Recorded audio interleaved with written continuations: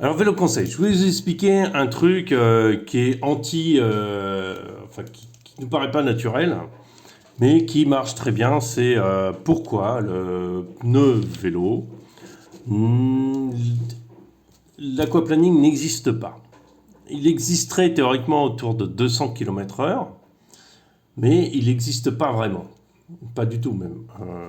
Voilà, il y a d'autres problèmes qui viennent, mais pas l'aquaplaning. Je vais vous expliquer. On va prendre une voiture.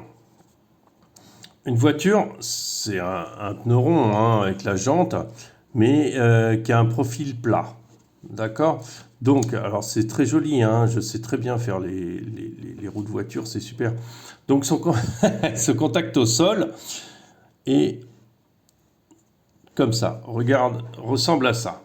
Donc, ce qui se passe quand on parle d'aquaplaning, c'est que le flux d'eau qui arrive ici, ben, il ne s'évacue pas, il ne s'évacue pas naturellement. C'est-à-dire, il vient renflouer ici et après, il ne peut plus, peut plus s'évacuer. Pourquoi? Parce que sa surface de contact est comme ça. Donc, il faut des rainures pour évacuer ce flux d'eau vers l'extérieur. C'est pour ça qu'on a des rainures sur les pneus de voiture.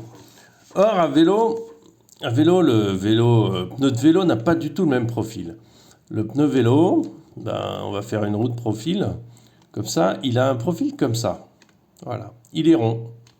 Comme les pneus de moto, mais les pneus de moto sont plus grands. Après, on parlera des pneus de moto un peu. Hein. Je ne suis pas un expert en pneus de moto, mais les pneus de vélo à ce profil-là. Ce qui fait que son contact envers le sol n'a plus rien à voir avec ça. Ce contact envers le sol ressemble plutôt à ça. Voilà. À quelque chose comme ça. Voilà. Comprenez? Donc, ce qui fait que le flux d'eau qui arrive est naturellement évacué sur les côtés. Voilà. Alors, comme sous l'eau, personne n'est allé jusqu'à plus de 200 km/h, ben, il n'y a pas, on n'a pas vraiment testé. Parce que quand tu vas à 200, c'est que tu es sur le sec, hein, parce que tu n'es pas fou. Donc, les rainures, là, ne sont pas nécessaires. La forme lui-même du contact au sol suffit à évacuer l'eau. Donc, les rainures dessus sont généralement sur les vélos, sont juste pour nous rappeler, nous rassurer si tu veux, mais pas du tout d'un côté efficace. Parce que les meilleurs pneus route en, comment on appelle ça, pour le mouillé n'ont pas de rainures. Les rainures servent pas à grand chose, voire à rien du tout même. Donc voilà. Alors vous allez me dire, ouais, mais la moto, elle a des rainures sur ses pneus. Oui, la moto, c'est vrai. La moto, elle a un profil comme ça de pneus, voilà, un peu comme ça. Pourquoi? Parce que quand tu vas être sur le car, il faut que tu aies plus de surface de contact que quand tu es au sol tout droit. Donc, ils sont conçus comme ça. Au sol, ils vont avoir une surface plus, ce sera pas un ovoïde autant, ce sera plus comme ça. Donc, du coup, oui, il faut évacuer l'eau. Après, la différence avec la moto aussi, c'est clair, c'est la vitesse, la puissance et tout ce qui va avec. Alors que là, dans le vélo, on n'a pas vraiment beaucoup de puissance. Voilà, on est des êtres humains, on n'est pas un moteur. Hein. Voilà, donc là, oui, effectivement, comment on appelle ça? Là, il faut les rainures normales, moto. Et après, sur les côtés aussi, là, quand le pneu est sur le côté, du coup, là, ça ressemble plutôt à un truc comme ça, la surface de contact, tu vois. Donc, il faut quand même d'évacuer l'eau sur les côtés. Donc, après, on va parler maintenant euh, de quelque chose qui est intéressant, c'est l'usure de vos pneus en vélo. Moi, mes pneus en route normale que j'avais, je crois que c'était de Chinson, je payais pas très cher dans les 20 euros, il me semble. Enfin, j'attendais les promotions pour en acheter. Ils s'usent. Alors, comment on reconnaît un pneu qui est usé? en route, c'est-à-dire qu'on s'en aperçoit pas vraiment parce que le dessin est souvent, il n'y a pas, comme sur un VTT, on voit que les crampons s'usent, mais sur un pneu lisse, on s'aperçoit pas des pneus qui... Alors ce qu'il faut regarder, c'est son profil, c'est-à-dire que ça c'est un profil normal, neuf, de vélo neuf, et ça va être un profil de, voilà, de pneus usés, parce que souvent c'est au freinage et tout ça qu'on use le plus. Alors à l'intérieur c'est plutôt comme ça, du pneu, et ce qui se passe c'est que cette partie est usée. Ce qui fait que vous allez très vite vous en rendre compte parce que du coup, dans ces endroits-là, vous allez crever tout le temps. Alors que quand le pneu est neuf, vous crevez presque jamais. À moins que vous croisiez un gros truc, mais on crève presque jamais. Alors que là, vous voyez, il manque de la matière. Donc là, tout va passer. Ce qui va se passer aussi quand il est usé, et là, il faut faire un peu plus gaffe sur terrain cassant, c'est que la bande de caoutchouc, alors je refais mon dessin, qui est ici et qui fait le profil, cette bande de caoutchouc est souple et vous fait la tenue du pneu. C'est-à-dire que là, vous aurez un meilleur amorti, votre pneu va rester plus en contact avec le sol, alors que là, du coup, il va être plus dur et il va avoir un comportement un peu idiot parce que sur les coins, ça va être un peu bizarre. Voilà, on s'en aperçoit rapidement, hein. Il suffit de regarder le profil et vous allez voir que c'est très usé. Et là, généralement, quand on commence à crever une ou deux fois de suite, c'est que de toute façon, il faut le jeter. Il faut même plus insister, c'est que le pneu est mort. Voilà, au niveau des pneus anti-crevaison, c'est ce que j'ai actuellement sur le vélo pour tous les jours. Alors je suis relativement satisfait parce que je crève pas, hein, c'est bien. Par contre, c'est beaucoup plus lourd. Parce que la structure du pneu anti-crevaison, ça va être comme ça. Alors j'exagère, hein, mais c'est pour que ce soit visuel, hein. Ça, c'est le profil à peu près. Et dedans, il y a un insert en mousse, là, ici, qui va faire votre système anti-crevaison. C'est-à-dire que on va perforer peut-être un peu ici, mais on ne perforera pas ici. Voilà, au moins, ça dépend des cas.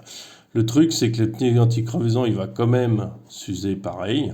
Ça change pas. Et par contre, sur les flancs, généralement, il est sensible. Voilà. Ça, c'est important aussi de le voir. Le savoir, c'est que les flancs peuvent être sensibles. Alors, une coupure à ce niveau-là, ça peut arriver quand, par exemple, vous roulez à côté d'un morceau de verre et qu'il se redresse. Quand vous roulez dessus et que vous ne l'avez pas vu, ben, il va vous couper cette partie-là. Et là, c'est pas si solide que ça. C'est pas autant protégé que cette partie-là. Après, vous avez un autre système anti-crevaison, ce qui est, vous prenez un pneu normal et vous rentrez dedans une espèce d'insert anti-crevaison. Ce qui se fait, c'est un espèce d'insert, qu'on appelle ça, qui est... comment ça s'appelle? Un insert qui est en espèce de mousse, silicone, qui rentre comme ça à la place du système et vous mettez votre chambre à air ici. Voilà, donc ça, le problème, c'est le poids. Toujours pareil, plus vous rajoutez de matière sur le pneu, plus il y a de poids. Plus il y a de poids vers l'extérieur de la roue, plus c'est dur à emmener. Ça ne changera jamais, c'est la physique, hein. Il y a aussi d'autres systèmes qui permettent, alors vous avez votre jante qui est comme ça, votre nœud qui est comme ça, hein, grosso modo, comme ça, c'est pas un très beau dessin ce que je fais, mais... Et vous avez des inserts à l'intérieur qui sont comme ça, et vous mettez votre chambre à air ici. Et alors, l'intérêt, l'idée de ce truc-là, c'est très utilisé en descente, c'est qu'une fois que vous avez crevé, si vous crevez, en fait, ce qui va prendre le relais, c'est ça. C'est-à-dire que vous n'allez pas tuer votre jante. On va refaire le même dessin pneu crevé, c'est-à-dire que vous avez votre bulle là qui est comme ça, votre nœud qui est complètement écrasé comme ça, voilà, et votre nœud qui est comme ça, voilà, et du coup vous allez pouvoir rouler sans bousiller votre jante ici. Voilà, c'est intéressant, c'est que vous pouvez finir la descente sans être... vous ne serez pas du tout performant, hein. Vous perdez énormément en performance, mais vous pourrez rentrer chez vous sans changer. Moi, je suis pas très pour parce que rajouter du poids dans les masses en mouvement, c'est pas bon. C'est pas bon. Ça vous donne de l'inertie dans vos roues, ce qui est bien quelque part parce qu'ils s'arrêtent moins. Elles sont sur certains obstacles, elles perdront moins, mais vous allez perdre moins de vitesse, c'est ça ce que je veux dire. Mais ça vous alourdit la roue et ça vous casse votre rendement complètement, votre accélération, tout ça. Après, je suis pas du tout pour ce genre de système, mais ça peut être un bon système ouais, pour la descente ou vraiment le pédalage. Il y en a, mais ça reste quand même particulier. Après, ou sur vraiment les vélos électriques avec une assistance, ouais, là ça marche, ouais. Mais pas sur un vélo standard parce que ça sert à rien. Ça, ça va plus vous gêner qu'autre chose. Vaut mieux trimballer une chambre à air, une pompe et de toute façon. Alors après, il y a aussi ce qu'on appelle des pneus pleins. Alors les pneus pleins, c'est une espèce de pneu qui est complètement plein, généralement qui correspond à une pression de 4 bars et vous avez votre structure de pneus. Alors les pneus pleins, déjà il faut une machine pour pouvoir les mettre. C'est très compliqué à mettre en place. Après ils ne bougent plus. Mais ce qui est le gros problème des pneus pleins, c'est que déjà c'est très lourd. Et après, vous ne pouvez pas adapter votre pression. C'est-à-dire si vous avez l'équivalent de 4 bars, bah, des fois c'est trop, des fois c'est pas assez. Donc c'est l'avantage de l'air, c'est que vous pouvez varier la pression un peu sur quel terrain vous roulez. Et ça c'est super important. Par exemple en descente, vous adaptez tout le temps votre pression, en enduro, vous adaptez tout le temps votre pression au terrain pour pas qu'il pince, pour qu'il y ait suffisamment de rendement, pour pas qu'il louvoie. Voilà, mais avoir un pneu avec comment ça, une pression constante, c'est non, c'est pas une bonne idée. C'est pas préfère regonfler. D'ailleurs, pour le gonflage des pneus, il faut le faire en VTT tout le temps avant de partir. Vous connaissez les pressions auxquelles vous roulez. Généralement, c'est un peu moins à l'avant qu'à l'arrière. Eh ben, il faut les adapter à chaque fois parce que toutes les semaines, ben, la pression peut varier à l'intérieur du pneu, surtout en tubeless, même si vous avez le liquide dedans. Voilà, il faut tout le temps adapter la pression en fonction de son utilisation et pas que en fonction de son poids. Et ça, faut tout le temps le faire. Et pas juste une fois et puis après se dire c'est bon. Ça, la pression, elle va varier. Et elle va varier d'autant plus, la pression atmosphérique va jouer un petit peu, mais pas vraiment grand-chose. Mais surtout par rapport au sol sur lequel vous allez rouler à certains endroits. Voilà, c'était mon petit tutoriel pneu. Donc voilà, vous savez tout maintenant. Je ne peux plus vous donner plus d'infos. Je vous dis à très bientôt. Ciao, ciao.